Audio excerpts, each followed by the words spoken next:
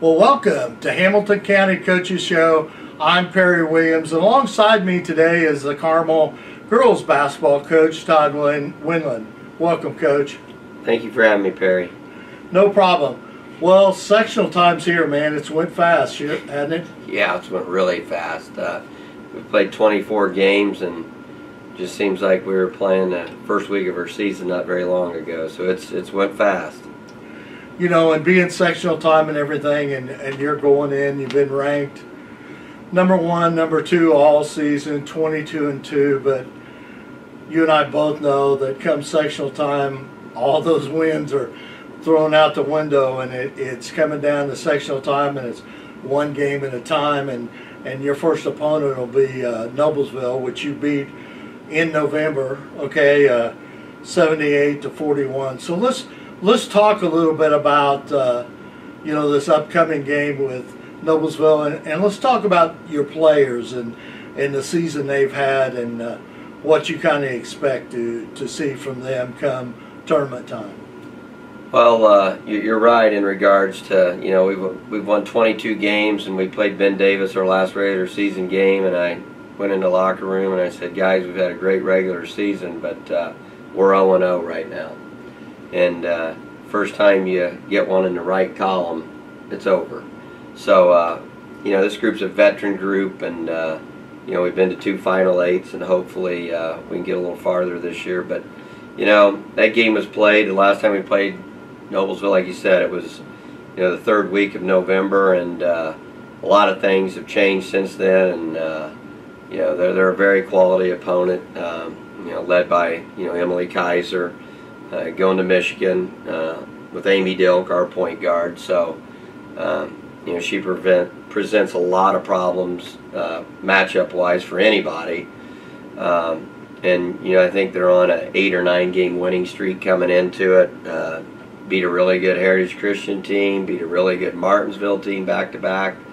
So, you know, the challenge is there. Anything can happen in a sectional game, and the good thing is we've had a good solid week of practice to prepare for it. So, you know, hopefully we can go do what we do, and you know, see how it plays out. So we're looking forward to it. I know that. You know, Coach, and you know, if you look at the numbers and everything, you're one of the top offensive scoring machines in the state, averaging a little over 70 points a game. But most everything starts on the defensive end, which is the way you've always coached, because I've been around you a long time, even back in your days at Hamilton Heights when you had those great teams up there. But it all starts with the defensive end of the floor. So let's talk about that and a little bit about that transition, and of course Amy Dilk's a big part of that. Yeah, exactly. You know, we wherever I've been, we've always, you know, really preached about defense, and you know, pressure the ball, make people uncomfortable when you're playing, and you know, it's based on kids learning your system and your rotations that we do, and you know, it's always good to have really good players in the game to do it, smart players, and Amy is a brilliant basketball IQ point guard. I have not seen a high school kid in all my 15 years coaching high school that's been as smart as she is IQ-wise to basketball, offensively and defensively. And then, you know, you throw in tremendous athletes like Tomi Taiwo, Reagan Hune, you know, she finished 6th in the state in the 400. Then you got Jasmine McWilliams, and then, you know, for 6'3", Blake Smith runs very, very well. So it's kind of the perfect team. A lot of length out there, a lot of athleticism and quickness, and a lot of smarts to play our schemes. And you know, we turn people over and try to get easy baskets off of it. So there's no doubt about that. Now, the one thing, Coach, you know, you've been here before. This is nothing new to you, but and you're very fortunate this year at most of the players that you have been there before. But is there a different approach you have to take come tournament time? Because, like I said, it's one and done, and obviously this veteran crew realizes that. But what's your thoughts about that? How do you prepare anything different, or you just go and play the game? Well, you know, we've had a week to prepare, so we've tried to put in a couple new wrinkles that, you save in your back pocket for tournament play and stuff. But practices have been basically the same. We really emphasize in tournament play. We do a lot of shooting and a lot of rebounding drills and transition defensive drills, because if you shoot the ball really well, you rebound the ball really well, and you've got good defensive transitioning, it's a pretty good recipe for success. So I think teams that get knocked off in the tournament usually play tight, shoot the ball really poorly. When just last night Lawrence North gets beat by Warren Central. Warren Central is a very capable basketball team, but Lawrence North is favored in that game, but shot 26% from the field. Shoot 26%, you can get beat by anybody, So shooting the ball and rebounding and defense are the three things we really try to build our pillars on in tournament play. Absolutely, and as an old cliche is defense wins championships, and that's what you've always preached here.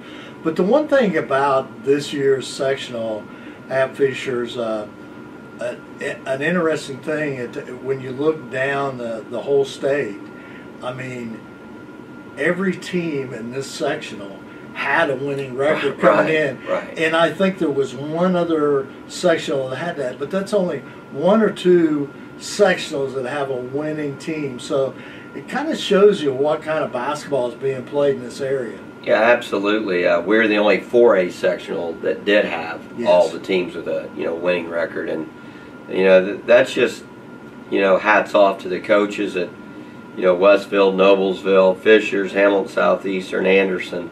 Because all those schools play a very difficult schedule. So when you're winning more games than you're losing on the schedules you played, and you go into tournament play, and you look at the field and you're like, well, who do you want to draw? There's no gimme. There's never been a gimme in our sectional. This is my 4th year being in it. So it's without a doubt, year in, year out, sectional 8's the toughest sectional in the state of Indiana to win. And the one thing that I noticed too in looking at, I don't pay too much attention to Sagram numbers until it gets towards the end of the season, but when you look at strength of schedule and stuff, the 4 teams that are left in the Fisher sectional are in the top 15 toughest schedules that play in the state. And there's a reason for that, and that's why there's so many great players and great teams. Yeah, you're exactly right. This sectional not only has great coaches, but it's got great teams with great individuals on those teams. And they're all battle tested coming into the section because they've played those schedules that do that, and I think that really shows up in tournament play as you go along. You'll see a team win a sectional somewhere that may have had a pretty light sectional, easy sectional, and they haven't played anybody all year, and they get to the regional and they're playing a mixed school or an HHC school, and all of a sudden they get it handed to them pretty good, and there's a reason for that. So you're correct. I mean, the 4 teams that's left, what'd you say, top 15? Yeah, top 15. I mean, that's remarkable if you think about it.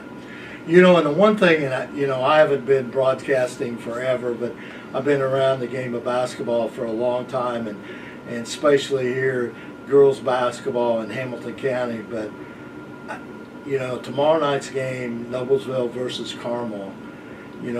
I've never seen a game that has a sectional game like this. It's probably going to have 3 players playing in that game that are going to be Indiana All-Stars.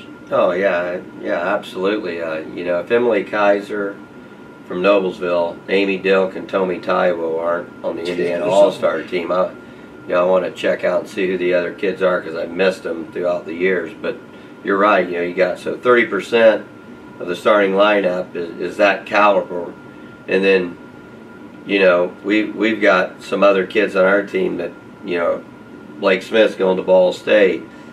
Jasmine McWilliams, Reagan Humes got D1 offers on the table. I'm sure there's some Noblesville kids that's got some, college offers on the table. So it is like a college game being played, between those teams. And same way when you throw in, Hamilton Southeastern or Fishers, there's quality kids on all the teams. So, but yeah, it's a fun game for the kids. Amy and Emily's going to be teammates at Michigan, and they can be nice to each other when they're at Michigan. But right now, it's a battle. And I'm sure that's true right now, anyways. Because the one thing about it is, it's amazing that both of those girls are going to be coming to Michigan, and you and I can sit back and watch those two because. I've seen many of Amy Delk's game, and of course I've seen a lot of Kaiser's games. Right. And the one good thing about both teams are they're great kids. Yeah, and absolutely. you got great students. Absolutely. Yeah, absolutely. I mean, Emily's a great player for Noblesville, and just like you said, she's just a great kid. Works really hard. On and off the court and what she does, or she wouldn't be going to Michigan because it's a tough academic school to get into. And Amy's the same way. I say it all the time. Sometimes when I got upset throughout the course of the season, I got a pretty long drive back home, and I'd be kicking myself in the car because I'm not sure I know how blessed I am to have a backcourt like Tommy Taiwo and Amy Dilk. So. Games are getting nearer that I'm not going to have them anymore, so we're going to enjoy the ride with them while we can. Well, Coach, you've mentioned several of your players and most of them being starters, but the one thing I've noticed about your team this season, you're pretty deep. I mean, you've got a lot of good basketball players, and I'm sure you got a lot coming up, but you got some good basketball players on that bench that come in and give you some good minutes and have this season. Yeah, you're exactly right. We got kids on our bench, and we tell them all the time, if you're playing in another county or another school or whatever you want to call it, they'd be starters and key players on those teams. And I think we currently have 2 or 3 kids coming off the bench that have got college offers on the table. So, Mackenzie Wood, Macy Berglund, you got Maddie Sears coming off the bench. You got Molly Gilly coming off the bench. You got Sophie Bear coming off. So you've got a lot of pieces that are very good players coming off the bench, and it's tough sometimes because there's 32 minutes in a game. So your 160 minutes is all you got, and you're trying to play a lot of kids. It gets tough sometimes, but they've prepared us well for practices and stuff like that. Are really good because of that, and then. Throw in our JV team that's, last year they were undefeated. This year they've lost 2 games. So we got, kids coming up. The freshmen were undefeated and then lost 2 games this year. So we've lost 4 games in 2 years in the freshman level and JV level. So, we are deep. There's no doubt about it. Always puts the pressure on the coach to make the right decision. Yeah, it sure does. That's what I was telling Coach Mitchell at University of Kentucky. We had 3 kids that had a University of Kentucky offer, and I said, "What are you trying to do to me?" And he kind of chuckled, but it makes my job tough, but it also makes it easy at times and really rewarding at times to have be blessed enough to have that much talent and good players around. Well, Coach, I appreciate you. I know you're getting prepared for the sectional. It's again tomorrow night. You play the second game at Fishers. Of course, Hamilton County TV will broadcast both games at Fishers and also the championship game. But I wish you the best and good luck. Well, I appreciate you guys covering all our games and promoting girls basketball. I think if people really come out and watch quality games, it's going to be played Friday night. I think they'd be a little bit shocked if they haven't been to a girls game lately to watch the talent level that's on the floor and the way the game's played today for girls. Well, thanks a lot, Coach. This is Perry Williams from the Hamilton County Sports Talk Show, and I'll see you tomorrow night at the broadcast at Fishers High School.